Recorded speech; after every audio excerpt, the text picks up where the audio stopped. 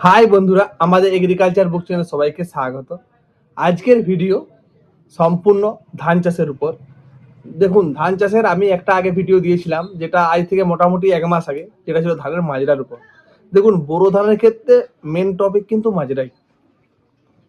মানে বোরো ধানের বিশেষ কিছু রোগ কিন্তু আমরা দেখতে পাই না। যে রোগগুলো দেখতে পাই সেগুলো হয়তো দেখবেন ক্ষণিকের মধ্যে হঠাৎ করে দেখাও যায়, আবার নিজে থেকেই কিন্তু ঠিক হয়ে যায়। দেখবেন ধানের ডগগুলো সাদা হয়ে যাচ্ছে, সেগুলো আস্তে আস্তে নিজে থেকেই ঠিক হয়ে যায়, যে কারণে আর আমরা বিশেষ করে সেরকম টপিকের উপরে ভিডিও বানাইনি। কিন্তু যখন ধান গাছ ধরে আসে, যখন ধান থেকে শীষ বের হয়, ধানের শীষ আর দেখবেন মানুষের ক্ষেত্রে শিশু, শিশু আর শীষ দুটো কথার মধ্যে কতটা মিল আছে। একটা শিশু যখন জন্মগ্রহণ করে তার ক্ষেত্রে যেরকম আমরা ট্রিটমেন্টগুলো করি না, একটা ধানের শীষ বের হওয়ার আগে থেকে শীষ হওয়ার পর্যন্ত বা বের হওয়ার পর পর্যন্ত আমরা কিন্তু সেরকম পরিচর্যাই করতে হয়। যখন ধান গাছ থোড় অবস্থায় চলে এসেছে, এই অবস্থায় আমরা কি কি পরিচর্যা করব আর কি কি করা চলবে না। মানে কিছু জিনিস আছে যেগুলো করলে আমাদের ধানের ফলন কমে যেতে পারে, আবার কিছু কিছু ব্যবস্থা আছে যেগুলো না করলেও আমাদের ফলন কমে যেতে পারে। তাহলে আমরা কি কি ব্যবস্থা নেব বা নেব না, তার জন্য আজকের ভিডিও।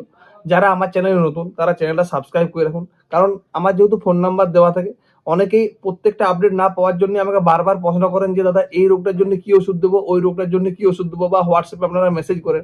দেখুন, আমি যেহেতু দোকানদার সেটা আপনারা ভালো করেই জানেন, বারবার তো সবাইকার প্রশ্নের উত্তর আমার দ্বারা দেওয়া সম্ভব নয়। যেহেতু প্রত্যেক টপিকের জন্য আমি একটা করে ভিডিও বানাচ্ছি, তার জন্য চ্যানেলটা সাবস্ক্রাইব করা থাকলে কি হচ্ছে, আপনি প্রত্যেকটা আপডেট পেয়ে যাবেন, সেই দেখে আপনি কিন্তু ওষুধগুলো ব্যবহার করতে পারবেন। আর আমি যেসব ওষুধগুলো রেফারেন্স করি, সমস্ত ওষুধ কিন্তু সমস্ত মার্কেটেই পাওয়া যায়। একটু যদি চেষ্টা করেন, লোকাল 2-4টা দোকান দেখেন, আপনারা কিন্তু সমস্ত ওষুধই সেখান থেকে পেয়ে যাবেন। তাহলে সেই কারণে আমাকে আর ফোন করার আপনাদের প্রয়োজন নেই। আর বিশেষ করে অনেকেই বারবার আমাকে একটা প্রশ্ন করেন, দাদা এটা ডোজ কত? দেখুন, ডোজটা আপনি যেখান থেকে কিনছেন বারবার সেখানেই কিন্তু ভালো করে জিজ্ঞাসা করবেন। কারণ অনেক সময় আপনার এলাকার জমির অবস্থা আমার এলাকার জমির অবস্থা কিন্তু এক নয়। আমার কাছে 30 ml যেটা ডোজে কাজ হচ্ছে, সেটা আপনার এলাকায় 40 ml হয়তো কাজ হবে। দেখুন, 30 দিন পর্যন্ত বোরো ধানের ক্ষেত্রে তেমন কিন্তু ওষুধ কিছু লাগে না। 30 দিন পর্যন্ত মাজরার ওষুধ শুধু দিলেই কাজ হয়। কিন্তু 30 দিনের পর 30 দিন থেকে 60 দিন পর্যন্তও আমাদের কিন্তু তেমন কিছু ওষুধ লাগে না। জাস্ট মাজরার আর সামান্য গোড়া পচার জমি অনুযায়ী, যেগুলো অতিরিক্ত শোল জমি বা জলা জমি, সেই সব জমিগুলোর জন্য গোড়া পচার জন্য কোনো কোনো ওষুধ ব্যবহার করতে হয়। আবার কেউ কেউ হেক্সাকোনাজলও ব্যবহার করেছেন, কেউ কেউ অ্যামিস্টারটপও ব্যবহার করেছেন।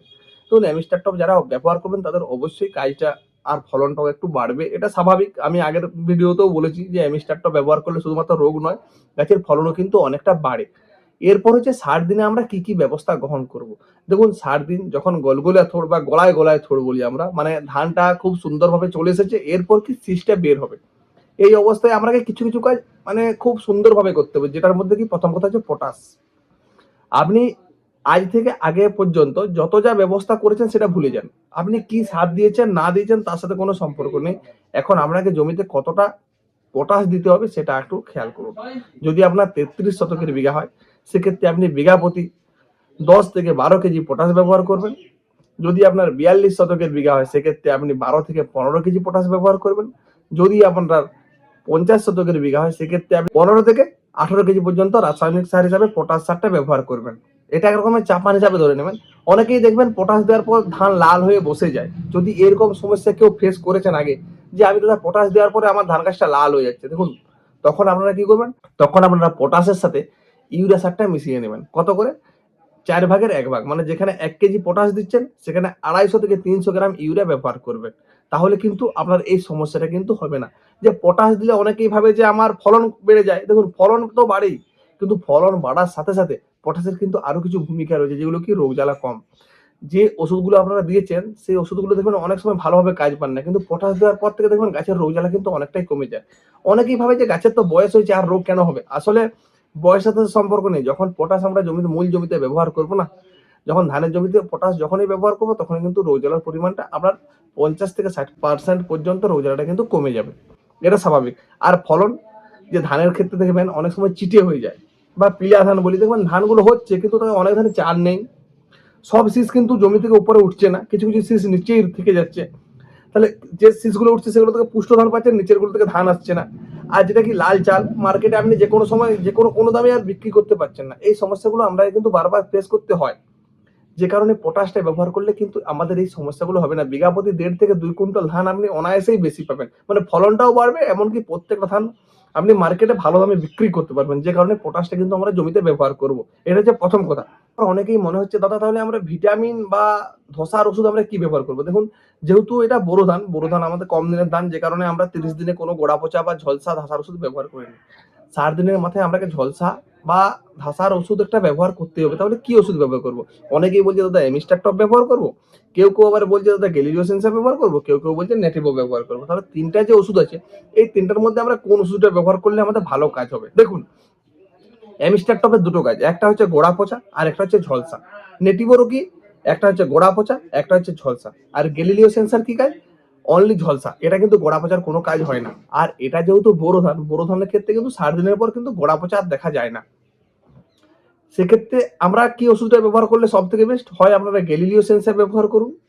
ট্যাঙ্কিতে ৪০ ml ১৫ লিটার জলের সাথে ৪০ ml গ্যালিলিও সেন্সার ব্যবহার করলে কি ধানের ফলনটা কিন্তু আপনি যেটা আশা করছিলেন তার থেকে কিন্তু বিঘা প্রতি ১.৫ থেকে ২ কুইন্টাল বেড়ে যাবে। অনেকেই বলবে দাদা আমার বাড়িতে নেটিভো কিনা আছে, আমি তাহলে কি করব? আমি কি নেটিভো ব্যবহার করতে পারি? হ্যাঁ, নেটিভো ব্যবহার করা যায়। নেটিভে যদি ব্যবহার করেন, নেটিভো ব্যবহার করলেও কিন্তু আপনার ফলন কিন্তু অনেকটাই বাড়ে। ওই যে টুংরু হয় না, বা দেখবেন নেক ব্লাস্ট, শীষের নিচটা পচে যাচ্ছে, শীষগুলো তাড়াতাড়ি আপনি না ধানটা জমি থেকে আনতে পারলে সব শীষগুলো ঝরে পড়ে যায়। যে কারণে এত কষ্ট করে চাষ করার পরও আপনি কিন্তু ভালো ফলন পেলেও বাড়িতে আনতে পারছেন না। তার জন্যে সেটা ব্যবহার করা যেতেই পারে। কিন্তু এমিস্টার টপটা অনেকেই আমাকে বলবেন দাদা এমিস্টার টপ, দেখুন এমিস্টার টপটা যদি অ্যাডভান্স কেউ ব্যবহার করতে পারেন, যে কাজটা পাবেন, এমিস্টার টপ কিন্তু শেষ দিকে ব্যবহার করলে আপনি সেই কাজটা পাবেন না। মানে ৩০ দিনে ব্যবহার করলে এমিস্টার টপের যে কাজ হয়, ৬০ দিনে ব্যবহার করলে কিন্তু সেরকম কাজটা আসে না। যে কারণে আপনারা এমিস্টার টপটা এড়িয়ে গেলেই আমার মনে হয় বেটার রেজাল্ট পাবেন। যেহেতু ধান গলায় থোড় বা গোলগোলা থোড়, যেটা আমরা গোদা বাংলায় আমাদের লোকাল ভাষায় বলি, ঠিক আছে? দেখুন যার ক্ষেত্রে যেটা সুবিধা হবে সে সেটাই নেবেন। এরপর হচ্ছে অনেকে বলতো দাদা মাজরা। দেখুন মাজরার যেহেতু আমি ভিডিও দিয়েছি, মাজরার ওষুধ আমি ২ বার দানা, ২ বার স্প্রে আর ২ বার স্প্রে, মোট ৪ টা স্প্রের কথা বলেছিলাম। তাহলে আর ১ম থেকে ৩০ দিন থেকে শুরু করে লাভ নেই। আমি ৬০ দিন থেকে ৯০ দিনের মধ্যে যে মাজরার স্প্রে গুলো হবে সেগুলোই আমি আজকে বলবো। দেখুন, যদি কেউ বলেন যে দাদা আমি কম দামের মধ্যে ভালো ওষুধ চাই, তার জন্য কি ওষুধ দিবেন? আর যদি কেউ বলেন যে দাদা আমি ভালো দামের মধ্যে ভালো ওষুধ চাই, কি ওষুধ দিবেন? সেগুলোও কিন্তু আমি আমার ভিডিওতে আজকে আলোচনা করব। কম দামের মধ্যে ওষুধ যেগুলো দেখবেন অ্যাকশন ৫০৫, ক্যানন ৫০৫, মানে ক্লোরোপাইরিফস সাথে সাইপারমেথ্রিন যে ওষুধগুলো আছে। দেখুন ধানের যেহেতু ৬০ দিন বয়স হয়ে গেছে, আর বন্ধু পোকা, শত্রু পোকা বা সাইপারমেথ্রিনের কাজ আমাদের আলোচনা না করাই ভালো। কারণ সেটা নিয়ে আর আমাদের আলোচনা করে কোনো লাভ নেই। অতিরিক্ত পরিমাণে মাজরা লেগে গেছে, কি করবেন? Action ৫০৫, Canon ৫০৫, ৫০ ml। কেউ হয়তো আপনাকে বলে যে এত ডোজ দিচ্ছে ক্ষতি হতে পারে। না, কারো কথায় কান দেবেন না। ৫০ ml আপনি ১৬ লিটার জলে ঢালবেন, তার সাথে এসাটপ ৪০ থেকে ৫০ গ্রাম মিশিয়ে স্প্রে করবেন। পরের দিন জমি যাবেন, মাজরা কিন্তু 100% নেই। এটা আমার গ্যারান্টি। তার জন্য ফোন নাম্বারে ফোন করবেন, যদি কাজ না হয় আমি গ্যারান্টার। ঠিক আছে? এটা 100% গ্যারান্টি, কাজ পাবেন। এরপর এই ওষুধের কাজ কিন্তু আপনি বেশি দিন পাবেন না। এর কাজ কতদিন পাবেন? ৭, ৮ বড় জোর। তারপরে কিন্তু আবার মাজরা দেখাবে। আপনি যদি ৭ দিন ছাড়া মাজরার ওষুধ ব্যবহার করতে পারেন লাগাতার, তাহলে কিন্তু এই ওষুধটা আপনার জন্য পারফেক্ট ওষুধ। কম দাম, ৩০ থেকে ৪০ টাকা খরচে আপনি কিন্তু এই ওষুধটা লাগাতার ৭ দিন ছাড়া ব্যবহার করে যেতেই পারেন। এরপর যারা দেখছেন যে মাজরা মোটামুটি আমাদের কাজ ২৫ দিন থেকে ১ মাস পর্যন্ত কাজ হোক, তাদের জন্য আমি যে ওষুধগুলো রেফার করবো সেটা হচ্ছে কি ইনসিপিও। অনেকেই বলবে দাদা এটার তো দাম অনেক বেশি। দেখুন দাম অনেক বেশি, এটা ব্যবহার করার পরও আপনারা কিন্তু দেখতেন কাজ আমরা পাচ্ছি না। কেন পাচ্ছেন না? আমাদের ভুলটা কোথায়? শুধুমাত্র যদি ইনসিপিও সিঙ্গেল ব্যবহার করা হয় সেক্ষেত্রে কিন্তু আপনারা কাজ পাবেন না। এর সাথে আপনাকে কি মেশাতে হবে? এসাটাপ বা এসিমেন ৪০ থেকে ৫০ গ্রাম যদি মিশিয়ে ব্যবহার করা যায়, মাজরা যেখানে আছে সেখানে থাকবে। পরের দিনে জমি দেখবেন 100% ক্লিয়ার, কিন্তু কোনো রকম মাজরা থাকবে না। এক্ষেত্রে আপনি ২৫ দিন থেকে ১ মাস কাজ পাবেন। এটা কিন্তু খরচ কিন্তু অনেক বেশি। এর বিকল্প আমি আপনাদেরকে আরো ২-৩ টা ওষুধ বলছি, সেটা কি? আপনাদেরকে আমি আগেই বলেছিলাম, যেটা হচ্ছে হান্টার ১৫ ml বা চিতা ২০ ml, যেকোনো একটা ওষুধ ব্যবহার করবেন। এই ওষুধগুলো ব্যবহারের দাম কম, ট্যাঙ্কিতে ৫০ থেকে ৭০ টাকার মধ্যে খরচ হবে, কিন্তু কাজ পাবেন আপনি কি ২৫ থেকে ১ মাস। এরপর বলবেন যে দাদা আমরা ব্যবহার করছি অনেকেই বায়ো ওষুধ, কিন্তু কাজ পাচ্ছি না। দেখুন বায়ো ওষুধ প্রত্যেকটা স্টেবল অবস্থায় থাকে। স্টেবল মানে কি? যেগুলো আপনি সিঙ্গেল যদি ব্যবহার করেন সেগুলো শরবতের মতো কাজ করবে। শরবত মিষ্টি যেমন জল, পোকার গায়ে কিন্তু লাগবেও না। আপনি ওষুধ দিয়ে চলে আসবেন, পোকা যেভাবে কাটছিল সেভাবেই কিন্তু পোকা কাটতে থাকবে। তাহলে এখন কি করবেন? এখন করার কি? যে কোনো বায়ো ওষুধের সাথে এমামেকটিন বেনজোয়েট, যেটা 5% এসজি আছে, চোনাদানা টাইপের, এই ওষুধটা আমরা ১৫ থেকে ২০ গ্রাম পাঞ্চিং করবেন। সেটা পোলার হোক, রেস হোক, চিতা হোক, এনসিপি হোক, টার্গেট হোক, হান্টার হোক বা পিথোরা হোক, যে কোনো এসসি ফর্মের ওষুধ বা স্টেবল থাকা অবস্থায় ওষুধের সাথে এটা যদি মিশিয়ে ব্যবহার করতে পারেন, আপনার কিন্তু মাজরা 100% নির্মূল হবে, এমনকি আপনি 25 দিন পর্যন্ত কাজ পাবেন। এবারে যেহেতু ধানের বয়স এখন 60 দিন বোরো ধানের ক্ষেত্রে, তাহলে এখন যদি এটা ব্যবহার করা হয় 2 বার ব্যবহার করলে কিন্তু ধানটা আমি 100% নিশ্চিন্তে ভালোভাবে বাড়িয়ে আনতে পারবেন। কোনো সাদা শীষ কিন্তু আপনার জমিতে থাকবে না। এখন পর্যন্ত পটাশ, মাজরা, ধসা এই 3টা বিষয়ের উপর আমাদের বলা হয়ে গেছে। এরপর অনেকেই বলবে দাদা আমরা তাহলে এই অবস্থায় কি ভিটামিন ব্যবহার করব? দেখুন, এই অবস্থায় ভিটামিনটাও একটা মূল বিষয়। যদি সঠিক ভিটামিন না ব্যবহার করা হয় তাহলে কিন্তু ধানের ফলন কিন্তু কোনো সময় বাড়বে না। দেখবেন একটা শীষ নিচ্ছে, একটা শীষ উপরে, মিডিয়াম এরকম। অনেকেই কম দামের মধ্যে ভালো ভিটামিন চাচ্ছেন। আজকে আমি সেরকমই কম দামের মধ্যে একটা ভালো ভিটামিন বলবো, যে ভিটামিনটা ব্যবহার করলে কি আপনার প্রত্যেকটা শীষ একসাথে বের হবে আর ধানের কালার হবে আপনার দেখবেন সোনার মতো, যাতে আপনার মার্কেটে কিন্তু খুব ভালো দামে বিক্রি হবে, কদরে বিক্রি হবে। সেই ভিটামিনটার নাম কি আর ডোজটাই কত? দেখুন, কম দামের মধ্যে আমি একটা ভিটামিন বলছি, সেটা কি? সেটা হচ্ছে আলটিমেট, জিকো কোম্পানির আলটিমেট। এটা ট্যাঙ্কিতে 40 থেকে 50 ml যখন গাছ থোড় অবস্থায় শীষটা বের হওয়ার 2-1 দিন আগে এটা যদি কেউ ব্যবহার করেন তাহলে কিন্তু ধানের ফলনও বাড়বে, ধানের কালারও কিন্তু খুব সুন্দর হবে।